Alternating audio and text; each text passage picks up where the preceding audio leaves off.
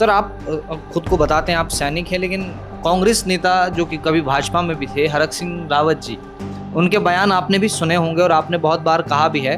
वो कहते हैं कि आप भगोड़ा हैं, और कल भी उनका एक बयान आया था। अब उसका शादी होने के बाद उसके हस्बैंड, देखिए कोई भी पति हो, अब पति की बात ही माननी पड़ती है। तो उसने राष्ट्रीय पॉलिटिक्स छोड़कर अब स्टेट में आई है, और स्टेट में उसके कद को देखते हुए, क्योंकि राष्ट्रीय पद पे रही है, पार्टी ने उसे मंत्री का दायित्व दिया है, प्रदेश मंत्री का। अच्छा सर, यूकेडी को आप किस नजर से देखते हो और आपको क्या लगता है कि इस बार के चुनाव में कितनी सीट यूकेडी जीतेगी? पक्का वो कानून सर जिसकी पक्का कच्चा क्या होता है, हमने कहा कि हम जिस तरह से हिमाचल में बाहरी प्रदेश के लोग जमीन नहीं खरीद हाँ पाते। ठीक है, वो अलग विषय है, लेकिन यहाँ भी यह है कि जो बाहर के प्रदेश का व्यक्ति है मात्र 250 मीटर जमीन खरीद सकता है। 70 विधायक है, थोड़ा सा अलग दिखाई देता हूँ। कहीं आपदा आ जाए, कोई आ जाए, रात को 2 बजे जाना हो, 3 बजे जाना हो, फिर सुबह। पहाड़ी इलाकों में सबसे जो मेन दिक्कत है वो है पलायन की। तो पलायन को रोकने के लिए आपकी सरकार क्या नीतियां अपना रही है? सर आप एक सैनिक रहे हैं, हाल ही में एक योजना आई थी, अग्निवीर योजना जी। इस बारे में आप अपने क्या विचार रखते हैं? दुनिया से लोग घूमने आते हैं मसूरी, लेकिन ट्रैफिक आज भी बहुत बड़ी समस्या है। अतिक्रमण वहाँ बहुत होता है, हम भी जब जाते हैं तो देखते हैं, हम भी फंसते हैं। सर उसके लिए आप क्या कर रहे हैं? देखिए खंडूरी जी मेरे आदर्श थे, मैंने उनसे बहुत कुछ सीखा है। सर मसूरी की अगर बात हो रही है तो जब हम देहरादून से मसूरी की तरफ जाते हैं तो बीच में शिव मंदिर के पास, शिव मंदिर से थोड़ा सा ऊपर एक टोल पड़ता है। तो जैसे जो बाहरी राज्य के गाड़ियां हैं, जो लोग हैं, तो वो वहाँ पे टोल दे सकते हैं, पर उत्तराखंड के लोग वहाँ पे, उनका ये कहना है कि वहाँ पे टोल क्यों दे उत्तराखंड वाले, और टिहरी और उत्तरकाशी वालों के लिए वो टोल फ्री है। ऐसा क्यों सर? पिछली 2 बार से लगातार भाजपा पूर्ण बहुमत के साथ सरकार बना रही है। इस बार हैट्रिक लगाने के लिए भाजपा की तैयारियां शुरू हो चुकी हैं। किस तरह की सर तैयारियां चल रही हैं? और सेना में यंग बच्चों का होना बहुत जरूरी है। उसको देखते हुए अग्निवीर योजना शुरू की। हमारे कांग्रेस के मित्रों ने विशेषकर इसका विरोध किया। सर भाजपा लंबे समय से कांग्रेस और अन्य राजनीतिक दलों को परिवारवाद पर घेरती रही है, लेकिन अब आप भी उसी लोगों के निशाने पर हैं कि आपने अपनी बेटी को जिम्मेदारियां भाजपा से दिलवाई हैं।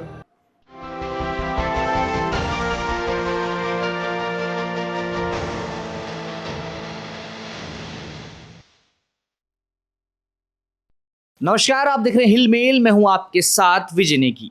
आज हमारे साथ एक ऐसे मेहमान मौजूद हैं जो 4 बार से विधायक हैं और फिलहाल उत्तराखंड सरकार में कई अहम मंत्रालय संभाल रहे हैं। हमारे साथ मौजूद हैं उत्तराखंड सरकार के मंत्री गणेश जोशी जी। सर बहुत बहुत स्वागत है आपका। सर सेना से राजनीति में आप आए, किस तरह का ये सफर रहा? देखिए मैं तो बाई एक्सीडेंट पॉलिटिक्स में आया हूँ। मेरा या मेरे परिवार का धनती से दूर का कोई नाता नहीं है। मैं 13 नवंबर 1976 को एक सिपाही के रूप में गढ़वा राइफल में भर्ती हुआ, और 16 जून 1983 को कंपोस्टेड ग्राउंड पर मैं कैटेगरी सी परमानेंट हो गया था। जब व्यक्ति कैटेगरी सी हो जाता है तो प्रमोशन नहीं होता, तो मेडिकल ग्राउंड पर मैं डिस्चार्ज आया, और मैं एक दिन घर में बैठा हुआ था, अंदरों में ठेकेदारी करता था, तो हरवंश कपूर जी का भतीजा मेरा मित्र था, मेरे पास आया कि मेरे चाचा चुनाव लड़ रहे हैं। तो मैंने कि मुझे क्या करना है? कहने लगा बस्ता लगाना है। मुझे पता नहीं था बस्ता क्या होता है, बाहर जो मेज टेबल लेके उसको बोलते हैं बस्ता। तो 1985 के हरवंश कपूर जी के चुनाव में, जिसको अपना गुरु मानता हूँ, मैंने बस्ता लगाना शुरू किया, और मुझे नहीं मालूम था कि बस्ता लगाते जाते पार्टी की सेवा करते करते और लोगों का, पार्टी का मेरे पर इतना विश्वास होगा और जनता का आशीर्वाद मिलेगा। मैं 4 बार विधायक बन गया, 3 बार मंत्री पद की शपथ ले ली। इसके लिए मैं अपनी जनता का बहुत आभार करता हूँ और पार्टी का भी आभार व्यक्त करता हूँ। सबसे पहले सर आपको मेरा प्रणाम। सर सेना की ऐसी कौन सी चीज है जो प्रशासनिक कामकाज में ज्यादा काम आती है? देखिए अनुशासन सबसे बड़ी बात है। देखिए आपका 12:30 का टाइम था, आपने देखा होगा मैं टाइम से पहले आ गया, और आज भी वो अनुशासन जो 7 साल मैंने सेना में बिताए हैं, और जो मैंने फौज से सीखा है, और आपने देखा होगा मैं 70 विधायक के थोड़ा सा अलग दिखाई देता हूँ। कहीं आपदा आ जाए, कोई आ जाए, रात को 2 बजे जाना हो, 3 बजे जाना हो, फिर सुबह। तो जो अनुशासन और लगातार मेहनत करना जो मैंने फौज से सीखा है, उसको मैं जीवन में उतारता हूँ और मैं सफल हो जाता हूँ। सर, आप एक सैनिक रहे हैं। हाल ही में एक योजना आई थी, अग्निवीर योजना। जी, इस बारे में आप अपने क्या विचार रखते हैं? देखिए, अब और सेना पुरानी सेना में अंतर है। आज ब्रिटिश का जमाना है और सेना में यंग बच्चों का होना बहुत जरूरी है। उसको देखते हुए अग्निवीर योजना शुरू की। हमारे कांग्रेस के मित्रों ने विशेषकर इसका विरोध किया, लेकिन इसका असर उत्तराखंड में ना के बराबर रहा। अभी तक 7,000 से अधिक बच्चे गढ़वाल राइफल उत्तराखंड से और 6,900 के लगभग कुमाऊं रेजिमेंट से भर्ती हुए हैं। ये एक अचीवमेंट है और उनकी चिंता करते हुए उनके आने के बाद जहां केंद्र सरकार ने उनकी व्यवस्था की है, वहीं माननीय मुख्यमंत्री जी ने भी घोषणा की है, उनके लिए अलग से हम सेल बना रहे हैं। और मैंने भी अपने विभाग में सुनिश्चित किया है कि जो हम विदेशों में हमें एक कॉन्ट्रैक्ट मिला भेजने का, उसमें अग्निवीर को हम प्रायोरिटी में रखेंगे ताकि वो अपना रोजगार कर सके। सर, पहाड़ी इलाकों में सबसे जो मेन दिक्कत है वो है पलायन की। तो पलायन को रोकने के लिए आपकी सरकार क्या नीतियां अपना रही है? देखिए, आज हमारे यहाँ पलायन बहुत बड़ा मुद्दा है, लेकिन कोरोना के बाद अगर आपने देखा होगा, जो हमारे प्रवासी भाई वहां से लौट कर आए, कई लोग अपने काम कर रहे हैं, बेकरी लगा रखी है, कई अन्य व्यवसाय कर रहे हैं। एक लड़की रुद्रप्रयाग में है, नाम मुझे याद नहीं आ रहा है, वो एप्पल सेब में काम कर रही। मैंने उससे पूछा, बेटा तुम पहले क्या करते थे? उसने बताया दिल्ली में किसी प्राइवेट कंपनी में थी और वहाँ उसको 6 लाख का उसका पैकेज था। तो मैंने कहा, बेटा उसको छोड़ के तुम क्यों आए? उसने कहा था, जो मैं काम कर रही हूँ उससे ज़्यादा कमा रही हूँ, क्योंकि आज जो हाई डेंसिटी का एप्पल हम लगा रहे हैं, पहले सेब जो है 5 साल में फल देता था, आज जो M9 हम लगा रहे हैं 1 साल में फल दे रहा है। पहले साल में 6.5, दूसरे साल में 22, तीसरे साल में 24। तो लोग आज खेती की ओर जुड़ रहे हैं, क्योंकि हम मिनट्स के लिए पॉलिसी लाए हैं। आज सबसे ज़्यादा MSP मडवे का है। हम कीवी के लिए पॉलिसी लाए हैं, हम ड्रैगन फ्रूट के लिए पॉलिसी लाए हैं, हम एप्पल के लिए पॉलिसी लाए हैं। और यही कारण है कि आज लोग अपनी खेती की ओर आ रहे हैं। और जो आज हमारा मिलेट्स है, जब मिलेट्स इंस्टीट्यूट हैदराबाद ने टेस्टिंग की तो हमारा मडुआ और झिंगोरा सबसे बेस्ट पाया गया। आज उसकी इतनी डिमांड है कि हम पूरी नहीं कर पा रहे हैं। आज जो मिलेट्स है, जो पहले गरीबों की थालियों का भोजन होता था, आज अमीरी की थाली का भोजन हो गया है। क्योंकि आप डॉक्टर के पास जाते हैं, डॉक्टर सबसे पहले कहता है कि आप गेहूं खाना छोड़ दें, उसमें कार्बोहाइड्रेट होता है। जो मडुआ खाएगा उसको शुगर नहीं होगी, जो कुलत की दाल खाएगा उसे पथरी नहीं होगी, जो चौलाई खाएगा उसके घुटने में दर्द नहीं होगा। तो आज हमारा ये स्वास्थ्य की दृष्टि से इतना लाभदायक है कि हर एक आदमी मिलेट्स की ओर जा रहा है। और आज हम मिलेट्स के लिए पॉलिसी लेकर आए और लोग आज मिलेट्स की खेती की ओर आ रहे हैं और पलायन रोकने में एक बहुत बड़ा। और इसके लिए हमने एक काम और किया है। पहले क्या होता था कि किसान को मडवे की सही उपज नहीं मिलती थी। हमारा किसान गरीब होता था और किसान साहूकार से उधार लेता था और उससे 22 रुपये 24 रुपये मडवा खरीद कर, क्योंकि उसके कर्जे में दबा होता था, आगे महंगा बेचता था। अब हमने कहा कि MSP पर हम किसान से मडवा खरीदेंगे और हमारी समूह की जो बेटियां हैं उनको 3 रुपये किलो इंसेंटिव हम दे रहे हैं। वो किसान से घर में जाकर मडवा खरीद रही हैं, MSP पर खरीद रही हैं। उससे 2 फायदे हो रहे हैं। एक तो किसान को उसकी उपज का सही दाम मिल रहा है, दूसरा जो लखपति दीदी का हमारा कॉन्सेप्ट है उसमें हमें मदद मिल रही है, हमारी बेटियां लखपति दीदी बन रही है। सर, थोड़ी राजनीति की भी बात कर लेते, क्योंकि चुनाव बहुत नज़दीक हैं 2027 का विधानसभा चुनाव। पिछली 2 बार से लगातार भाजपा पूर्ण बहुमत के साथ सरकार बना रही है। इस बार हैट्रिक लगाने के लिए भाजपा की तैयारियां शुरू हो चुकी हैं। किस तरह की सर तैयारियां चल रही हैं? देखिए, धामी सरकार में जो काम हुए हैं,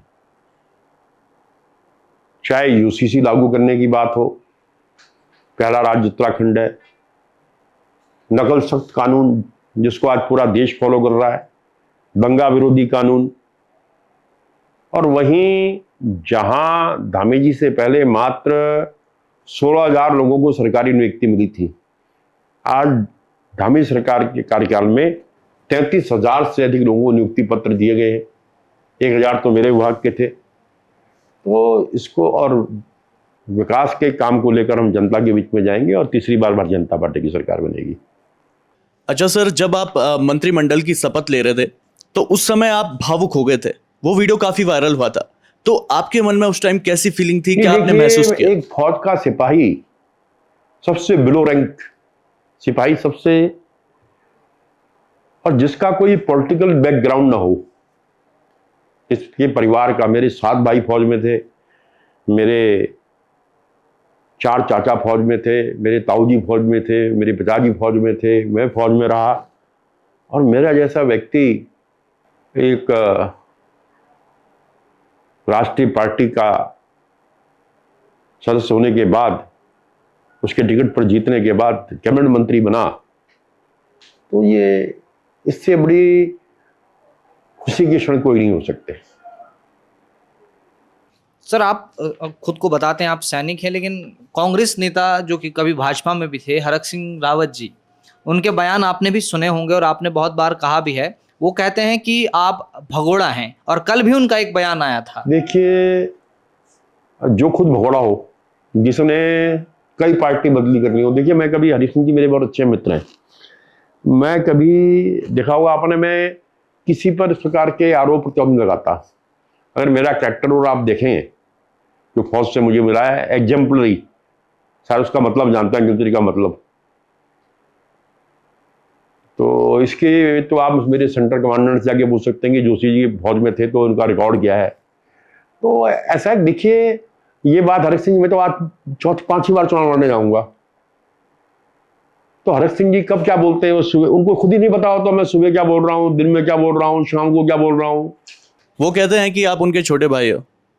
नहीं, उम्र में तो हरक सिंह जी मुझसे छोटे हैं, हाँ, लेकिन राजनीति में उनको पहले मौका मिला, हमने युवा मोर्चे में साथ काम किया है। लेकिन मैंने कहा ना, मैं किसी पर व्यक्तिगत टिप्पणी या आरोप उसके पक्षधर नहीं हूँ, और इस मर्यादा मुझे पता नहीं, अब देखो कल पता नहीं, हो सकता है फिर भी हम भाजपा में आ जाए, तो इसलिए मैं ऐसा कोई शब्द नहीं बोलना चाहता। आपके लिए उन्होंने कहा कि गणेश जोशी को पेंशन नहीं मिलती जो फौजी को मिलती है, तो कहा वो रिटायर फौजियों को मिलती है, लेकिन आप भगोड़े हैं इसलिए आपको नहीं मिलती। अब हरक, मैं कहता रहा हूँ आपको, शायद फौज की बारे में पूरी जानकारी नहीं है। पेंशन के नियम है, जिस टाइम मैं डिस्चार्ज आया, मैं 7 साल में आया था, मुझे बाकी सारी सुविधाएं मिलती हैं, कैंटीन सुविधा मिलती है, मेडिकल बोर्ड में पेंशन के लिए 6 महीने नौकरी करना और आवश्यक था, तो मैंने 6 महीने और नौकरी करने की जगह डिस्चार्ज आना उचित समझा, और आज मुझे उसका फायदा भी हुआ कि मैं विधायक हूँ, मंत्री हूँ। अच्छा सर, पिछले साल का एक वीडियो वायरल हुआ था, बरसात के समय का वो वीडियो था, और उसमें आप डीएम देहरादून पे भड़क रहे हो और वो आपको हाथ जोड़ के जा रहे हैं, वो क्या मामला था सर? देखिए, मैं दिल्ली में था, मेरे क्षेत्र में भीषण आपदा आई कालीगढ़ में, और टेलीफोन में जब मुझे सिर्फ फोन आया 5 बजे, लोग रो रहे थे, और मैंने वहां से फोन किया, डीएम ने फोन नहीं उठाया, एसएसपी ने फोन उठा लिया, चीफ सेक्रेटरी ने फोन उठा लिया, अन्य वरिष्ठ अधिकारियों ने फोन उठा के मुझे एसएसपी ने मुझे कॉल बैक किया, और मैं वहां से सुबह मॉर्निंग की निकल रहा था, मैं कच्छा बनी निक्कर और उसमें था, शॉर्ट्स, और उसमें वैसे ही मौके पर पहुंच गया, और जब मैं 2:30 बजे लौट कर आ रहा था, सारी चीजें नॉर्मल सी हो गई थी, जब डीएम सामने से आ रहा था तो मैं बहुत गुस्से में था, क्योंकि देखिए मेरे लिए, अगर मैंने कभी आज तक कभी भी गुस्सा किया है या कुछ किया है, अपने व्यक्तिगत काम के लिए आज तक किसी को नहीं किया। मैंने मेरे क्षेत्र की जनता मेरी प्राथमिकता है, जिनकी वजह से आज मैं यहाँ पर हूँ, और उनके आंसू मुझसे देखे नहीं जा रहे थे। तो ऐसे मैंने डीएम से कहा, भाई आपने फ़ोन क्यों नहीं उठाया मेरे हमसे, थोड़ा सा हॉट टॉक हुई और वो चले गए आगे, मैं वापस आ गया। अब आजकल तो मीडिया हर चीज़ को अलग रूप में प्रस्तुत करता है, तो लेकिन मैं इन चीज़ों की चिंता नहीं करता। अब शुरू में तो लगता था, लेकिन मैं जब एक बार एक बड़े नेता के पास गया, मैंने इनसे पूछा, कह रहे यार देखो यहाँ रोज ना कुछ दिल्ली में क्या क्या होता रहता है। तो कह रहा है आप पब्लिक के बीच में रहो, पब्लिक की सेवा करो और पब्लिक आपको इनाम देगी। 3 बार से मसूरी की जनता आपको इनाम भी दे रही है। सर, दुनिया से लोग घूमने आते हैं मसूरी, लेकिन ट्रैफिक आज भी बहुत बड़ी समस्या है। अतिक्रमण वहाँ बहुत होता है, हम भी जब जाते हैं तो देखते हैं, हम भी फंसते हैं। सर, उसके लिए आप क्या कर रहे हैं? देखिए, आज जो मसूरी की बेयरिंग कैपेसिटी है, एक समय था मसूरी की शहर की आबादी मात्र 6-7 हजार थी, आज 29,000 से ऊपर हो गई, 32,000 करीब हो गई है। और सैकड़ों होटल बन गए हैं। तो दिल्ली के नजीक होने के बाद, और अब तो विशेषकर एलिवेटेड बनने के बाद, टूरिस्ट का इतना ज्यादा फ्लो है, क्योंकि 2.5 घंटे में आप दिल्ली से यहां पर पहुंचते हैं। हमने उसके लिए किमाड़ी मार्ग के लिए अभी हमने 22 करोड़ रुपया स्वीकृत किया है। अब यहां तो कोई काम शुरू करो तो पर्यावरण वाले पहुंच गए साहब, पेड़ नहीं कटने। और हमने ये तय किया है कि अब इस रोड को बनने के बाद हम इसको वन वे करेंगे, लोग एक तरफ से जाएंगे और एक तरफ से वापस आएंगे, तो ये जाम की से है हमको निजात मिलेगी। सर, मसूरी की अगर बात हो रही है तो जब हम देहरादून से मसूरी की तरफ जाते हैं तो बीच में शिव मंदिर के पास, शिव मंदिर से थोड़ा सा ऊपर एक टोल पड़ता है। तो जैसे जो बाहरी राज्य के गाड़ियां हैं, जो लोग हैं, तो वो वहां पे टोल दे सकते हैं, पर उत्तराखंड के लोग वहां पे, उनका ये कहना है कि वहां पे टोल क्यों दे उत्तराखंड वाले, और टिहरी और उत्तरकाशी वालों के लिए वो टोल फ्री है। ऐसा क्यों सर? ये देखिए, क्योंकि उसमें मेरा मतलब नहीं है। नगर पालिका उस टैक्स को लेती है इको टैक्स के रूप में, और जो पैसा उनको मिलता है उससे नगर पालिका विकास कार्यों को करती है। तो उसके बारे में नगर पालिका से आप बात करेंगे तो उचित रहेगा, लेकिन जो मेरी जानकारी है मैंने आपको बताया। सर, शक्तिमान घोड़ा विवाद आज भी आपसे जुड़ा हुआ है, जब भी जिक्र आता है। क्या आपको लगता है कि जब ये विवाद हुआ था तो आपकी राजनीतिक छवि को नुकसान पहुंचा था? देखिए, भगवान जो करता है अच्छा करता है।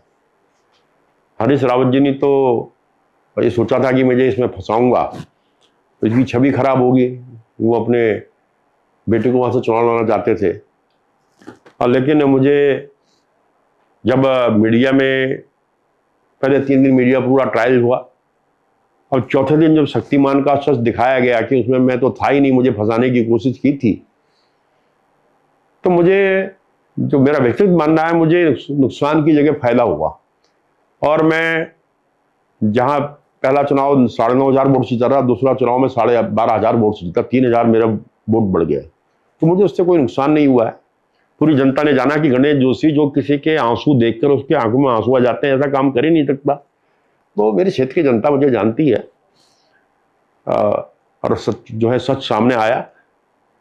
और जिन लोगों ने मीडिया में, मुझे ध्यान है अमिताभ बच्चन ने और एक बड़े राइटर मेरे खिलाफ ट्वीट किया, और 3 दिन बाद उन्होंने मेरे पक्ष में ट्वीट किया कि हाँ, ये जोशी जी को फंसाया जा रहा था।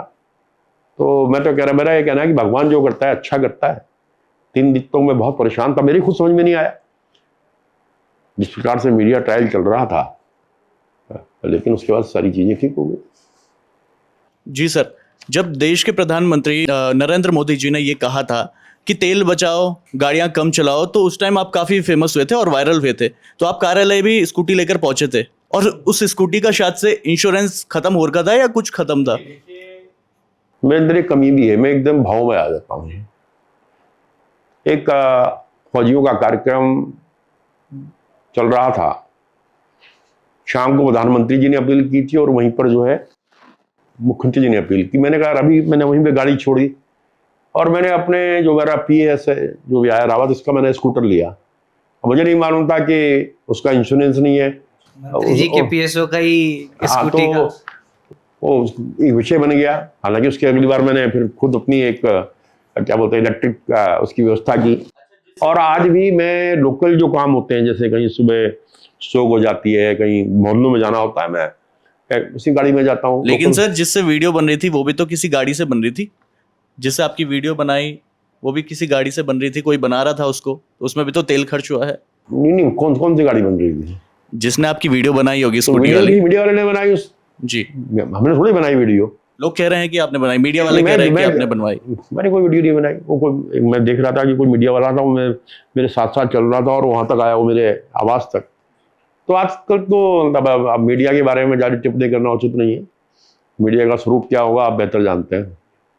सर, भाजपा लंबे समय से कांग्रेस और अन्य राजनीतिक दलों को परिवारवाद पर घेरती रही है, लेकिन अब आप भी उसी लोगों के निशाने पर हैं कि आपने अपनी बेटी को जिम्मेदारियां भाजपा से दिलवाई हैं। देखिए, मेरी बेटी अगर आई है अपनी योग्यता से आई है। मेरी बेटी दिल्ली के अंदर भारतीय जनता पार्टी की राष्ट्रीय उपाध्यक्ष थी और मीडिया की पैनलिस्ट थी, मीडिया में जाती थी। अब क्योंकि वो पूरे देश में घूमती थी, अब उसका शादी होने के बाद उसके हस्बैंड, देखिए कोई भी पति हो, अब पति की बात भी माननी पड़ती है। तो उसने राष्ट्रीय पॉलिटिक्स छोड़कर अब स्टेट में आई है। और स्टेट में उसके कद को देखते हुए, क्योंकि राष्ट्रीय पद पे रही है, पार्टी ने उसे मंत्री का दायित्व दिया है, प्रदेश मंत्री का, तो उसमें मैंने कहाँ से उसे बना दिया? वो अपनी योग्यता पर बनी है। अगर आप उसके बारे में जानते होंगे तो मुझसे बेहतर जानते होंगे। जी सर, कांग्रेस में ऐसा कोई नेता है जिसके साथ आपकी तू मैं होती रहती है या हुई है? नहीं, मेरा जिसको आप देखिए, पसंद नहीं करते? मेरी किसी के साथ कुछ नहीं। सारे मेरे मित्र हैं, सबसे मेरा बातचीत होती रहती है, दुआ सलाम होती रहती है। दसमाना जी मेरे बहुत अच्छे मित्र हैं, हरक सिंह जी मेरे बहुत अच्छे मित्र हैं। मैं उनके कोई कार्यक्रम होता है, मुझे लाते हैं तो मैं जाता हूँ। और जब आपदा आई थी, वो हमारी पार्टी में थे खैर उस टाइम। मैंने उनसे कहा, तो उनके ऑक्सीजन के सिलेंडर थे, मैंने उनके यहाँ से लाकर मसूरी में ऑक्सीजन सप्लाई की थी। तो मेरा किसी भी नेता से ऐसा कोई व्यक्तिगत वो नहीं है।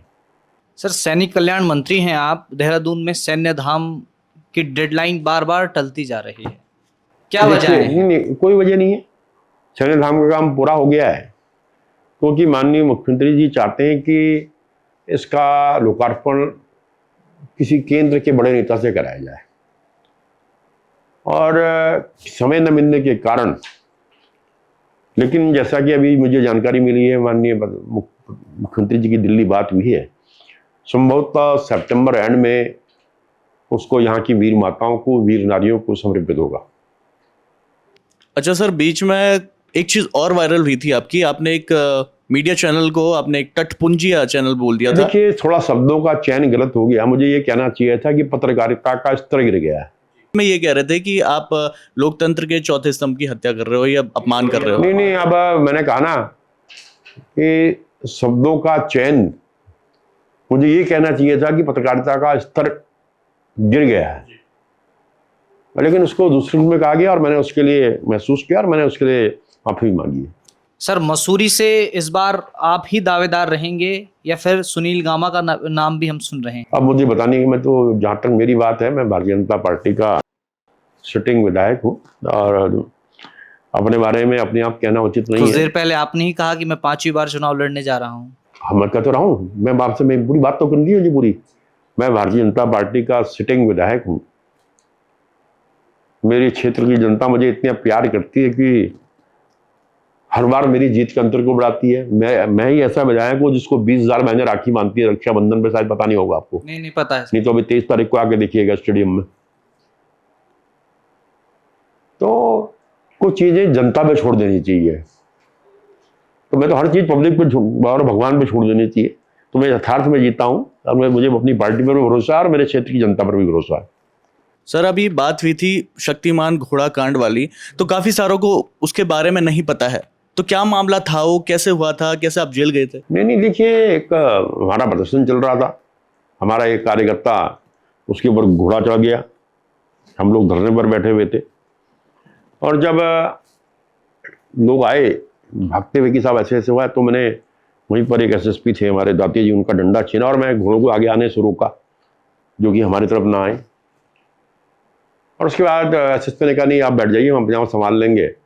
उसके बाद उन्होंने एक डॉक्टर वीडियो बनाया, उसमें डंडा उठाते हुए दिखाया और टांग टूटते हुए कहा कि उसने घोड़े की टांग तोड़ दी। बाद में जब जी न्यूज़ ने और चैनलों ने दिखाया शक्तिमान का सच कि मैं तो था ही नहीं, मुझे फंसाया जा रहा था, तो मुझे उसका फायदा ही हुआ। उस घोड़े की टांग नहीं टूटी थी मतलब?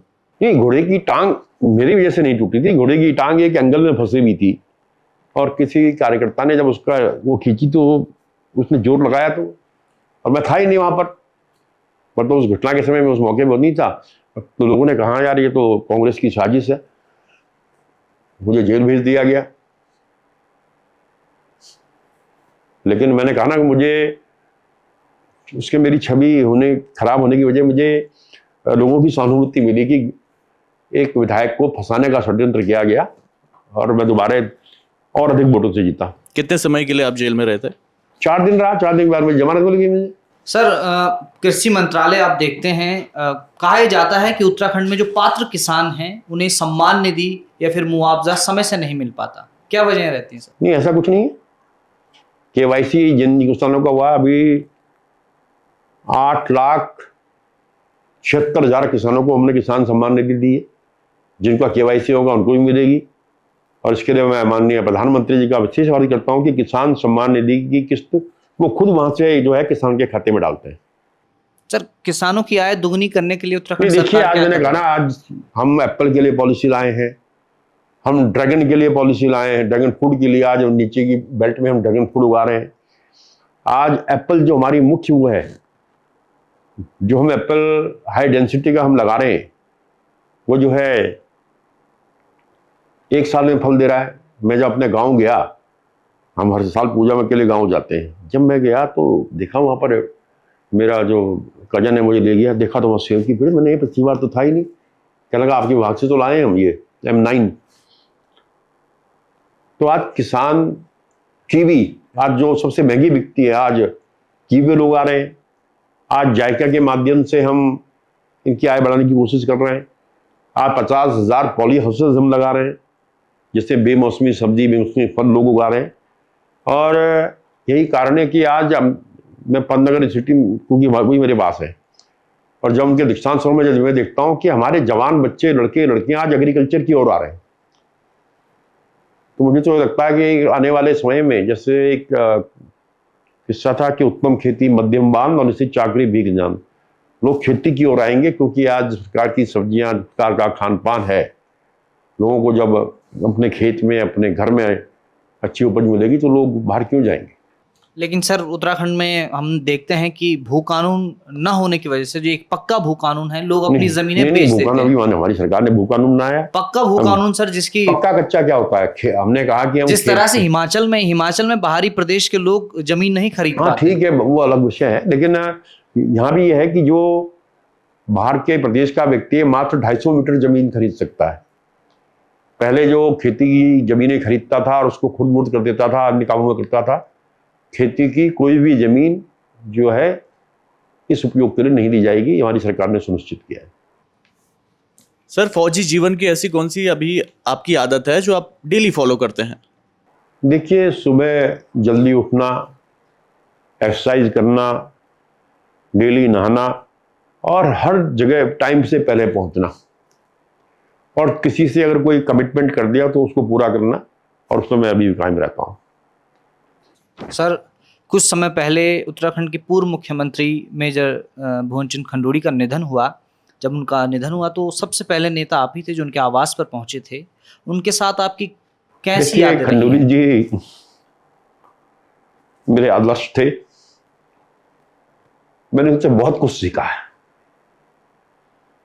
जब 91 में हमने बीजेपी ज्वाइन की, मेरा उनसे परिचय हुआ, मैंने उस व्यक्ति को बहुत नजीक से देखा। ऐसा व्यक्तित्व मैंने अपने जीवन में नहीं देखा। 40 साल वो फौज में रहे, लेकिन उन्होंने कभी शराब का सेवन नहीं किया। कि मेरी उनसे बातचीत, सब लोग उनसे बहुत डरते थे मेरे को छोड़कर, क्योंकि मेरे उनसे व्यक्तिगत संबंध थे। और ऐसे व्यक्ति का जाना वास्तव में देश के लिए, प्रदेश के लिए एक अपूर्णीय क्षति है। और मैं तो अपने चुनाव में मेरी कोशिश ये होती थी, मेरा जो पहला कार्यालय का उद्घाटन होता था मैं जनरल साहब से कराता था। पिछली बार जनरल साहब अस्वस्थ थे तो मैंने आंटी जी से करवाया, उनकी धर्मपत्नी से। वो मेरे लिए बड़े वो थे, उनका आशीर्वाद मुझे बहुत मिला है, मैं उनको नमन करता हूँ। सर क्या भविष्य में गैरसैंण राजधानी बन पाएगी? क्योंकि नहीं, यूकेडी ये देखिए, कहती रहती जो है, भविष्य की चीज है वो भविष्य में छोड़ देनी चाहिए। क्योंकि यूकेडी क्योंकि ये कहती है कि इसको लाना ही चाहिए गैरसैंण में राजधानी। नहीं, देखिए, ग्रीष्मकालीन राजधानी हमने बनाया है, तो वक्त आएगा तो उसको पूर्ण राजधानी भारतीय जनता पार्टी बनाएगी। ग्रीष्मकालीन राजधानी है, पर कुछ बीजेपी के नेता ऐसे हैं उनको वहां ठंड लगती है। अब कुछ तो हर जगह कांग्रेस वाले नहीं है क्या? मैंने देखा सत्र के अंदर वो कहते हैं 7 सत्र समाप्त कर दो, हमसे नहीं रहा जा रहा है यहाँ पे। 2 दिन से ज्यादा सत्र चल ही नहीं पाता सर वहाँ।